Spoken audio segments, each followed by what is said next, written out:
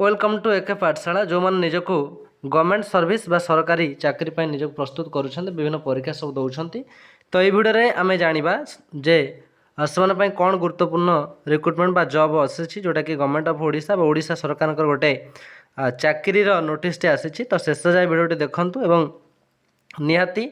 यही जॉब पाई निजुक प्रस्तुत करंतु एवं चैनल को सब्सक्राइब कर रखंतु। तो ये जो वैकेंसी आसी आम स्टेट सिलेक्शन बोर्ड तरफ आसी आम कहीपर एसएसबी तरफ आसी एवं यार एडवर्टाइजमेंट नोटिस जो देखा ताहले 9/3/2024 मार्च मास 9 तारिख अर्थात रिसेंटली ये जो नोटिस आसी कौन पदवी एथि रही स्पष्ट मेंशन होती for recruitment to the post of junior assistant अर्थात जो पदवी रही जूनियर असिस्टेंट आम कहीपर जे junior assistant in state public university अर्थात आमर जो कौन राज्यर जो पब्लिक यूनिवर्सिटी अच्छी से कौन ना जूनियर असिस्टेंट आसी आउ कौन ये जो जूनियर असिस्टेंट पदवी क्यों ना आमर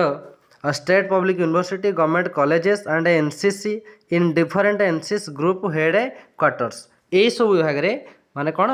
आमर जूनियर असिस्टेंट्स वैकेंसी सब आसी एवं आउ कतर सब ये जूनियर असिस्टेंट वैकेंसी आसी ना NCC units of the state आम कहीपर जोटा कि हायर एजुकेशन डिपार्टमेंट अंडर जाऊँगी से अर्थात विभिन्न एवं बीएससी ओडिशा रही अर्थात विभिन्न कौन इंस्टीट्यूशन बा अनुष्ठान रे जो सब आसी कौन जूनियर असिस्टेंट वैकेंसी प्रथम आसला जे कौथी ना आसला आमर ये जे गवर्नमेंट यूनिवर्सिटी गवर्नमेंट कॉलेज एवं एनसीसी रो डिफरेंट कैटेगरी जो हेड सब रही क्वार्टर्स से NCC units of the state एवं आउ तुम BSc Odisha school and mass education department under जो सब जाऊँ डिपार्टमेंट सब से बहुत सारा सब आस कौन ना जूनियर असिस्टेंट वैकेंसी अर्थात आम जापारे जे वैकेंसी कौन आसी ना जूनियर असिस्टेंट वैकेंसी अच्छी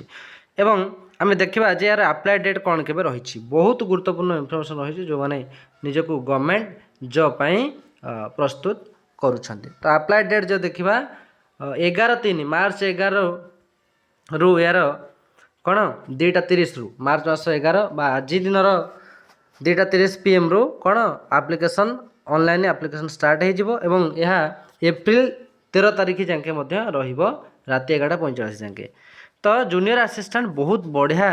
पदवी जोटा कि ऑनलाइन मोड रही समस्त ऑनलाइन मोड अप्लाई करेंगे और यही वेबसाइट रे अप्लाई करेंगे www.ssbodisha.ac.in रे अप्लाई करेंगे। एवं आउ कौन गुरुत्वपूर्ण इनफर्मेशन रही सबू आम गोटे गोटे कर आलोचना करवा जे कौन केते वैकेंसी आसी एठी वैकेंसी कथा जदि देखा सबू डिपार्टमेंट आमती कि एठी गोटे लेछि जे government degree college higher education department NCC higher education department board of secondary department Maharaja Shriramchandra Bhanj Deo university Baripada यही सब स्कूल कॉलेज यूनिवर्सिटी यही सब विभाग कौन आमर आसी जो junior assistant totally eighty general SC ST समस्त मिसिकी आम जो देखा मोड वैकेंसी एटी केते अच्छी ना 883 गोटे बड़ वैकेंसी आम कहीपर 883 समस्ते भलसे देखूँ जे मोड वैकेंसी कथा जब आम देखा 883 से एसटी 223 अच्छी एससी 157 ये भाव में टोटाल 823 गोटी पदवी गोटे बड़ वैकेंसी आसी एसएसबी तरफ आउ कौन गुरुत्वपूर्ण रही आम देखा इनफर्मेशन। तो जितेबाला आम ये ऑनलाइन एप्लिकेशन भरवा ये स्पष्ट कथा कही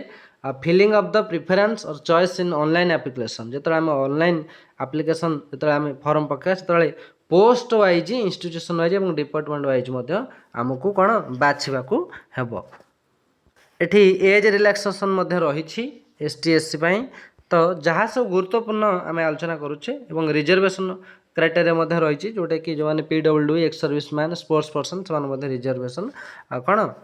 रही। तो मेन कथा जोटा आम जे कौन शिक्षागत योग्यता दरकार बा एजुकेशनल क्वालिफिकेशन कौन ये स्पष्ट मेंशन है कौन गोटे बैचलर डिग्री जेकोसी डिसिप्लिन होता दरकार और तुम्हें कंप्यूटर निहाती जानी दरकार गोटे सर्टिफिकेट तुम साधारण गोटे कंप्यूटर सर्टिफिकेट थी निहाती जरूरी यही पदवी एवं अदर एलिजिबिलिटी कंडीशन जहाँ सब अच्छी ताहा प्राय समस्त पिलांग पाखरे रही। तापरे आउ कौन जहाँ सब आम आलोचना करुचे समस्त गुरुत्वपूर्ण इनफर्मेशन आलोचना करुचे आउ इम्पोर्टाट रही मेथड ऑफ सिलेक्शन किपरि आम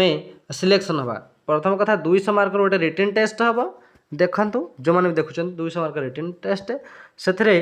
50 मार्क रही computer skill test totally 250 marks तर 250 मार्क आम क्वालिफाई कराया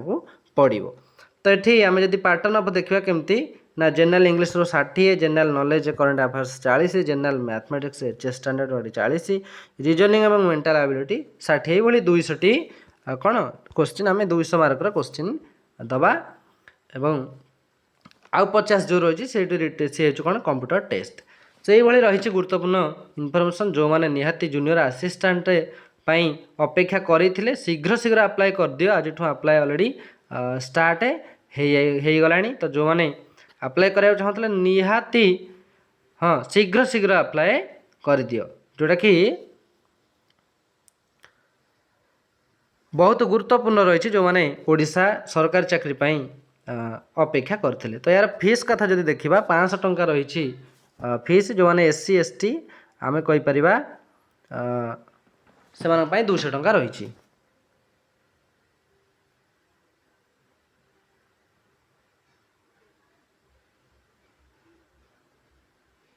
तो ये थिला इनफॉरमेशन गोटे बड़ इनफॉरमेशन जो मैंने कौन गवर्नमेंट सर्विस निजक प्रस्तुत करुँच निहाती यही सबू पदवी अप्लाई जो जूनियर असिस्टेंट पोस्ट निहाती अप्लाई कर दियो अप्लाई शीघ्र शीघ्र हो गला जल्दी जल्दी कर दियो भल लगी वीडियो चैनल सब्सक्राइब कर लाइक कर शेयर कर दियो।